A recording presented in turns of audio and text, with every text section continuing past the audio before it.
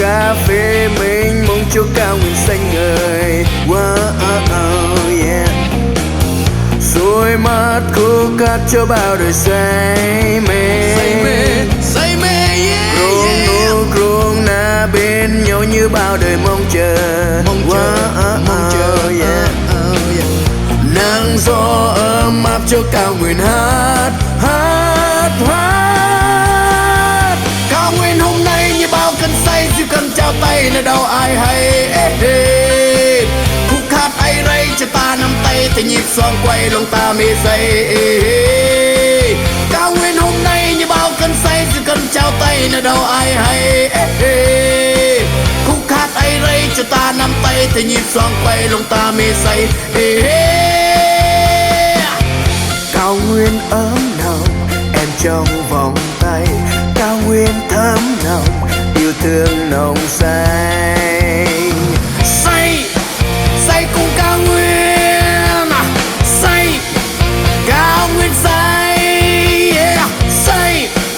Say cùng cao nguyên, say cao nguyên say.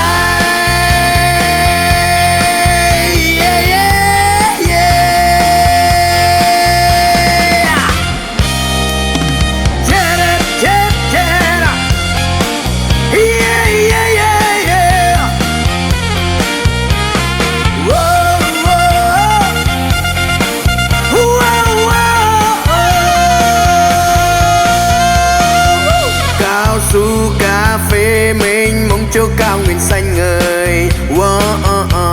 Yeah. Rồi mắt khúc hát cho bao đời say mê.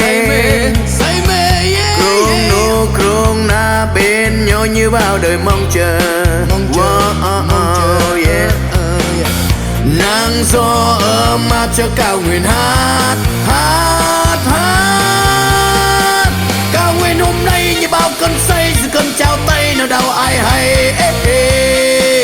Khúc hát ấy rây cho ta nắm tay, thì nhịp xoang quay lòng ta mê say. Cao nguyên hôm nay như bao cơn say, chỉ cần trao tay nào đâu ai hay.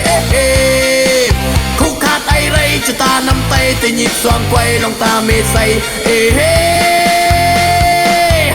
Cao nguyên ấm nồng em trong vòng tay, cao nguyên thấm nồng yêu thương nồng say.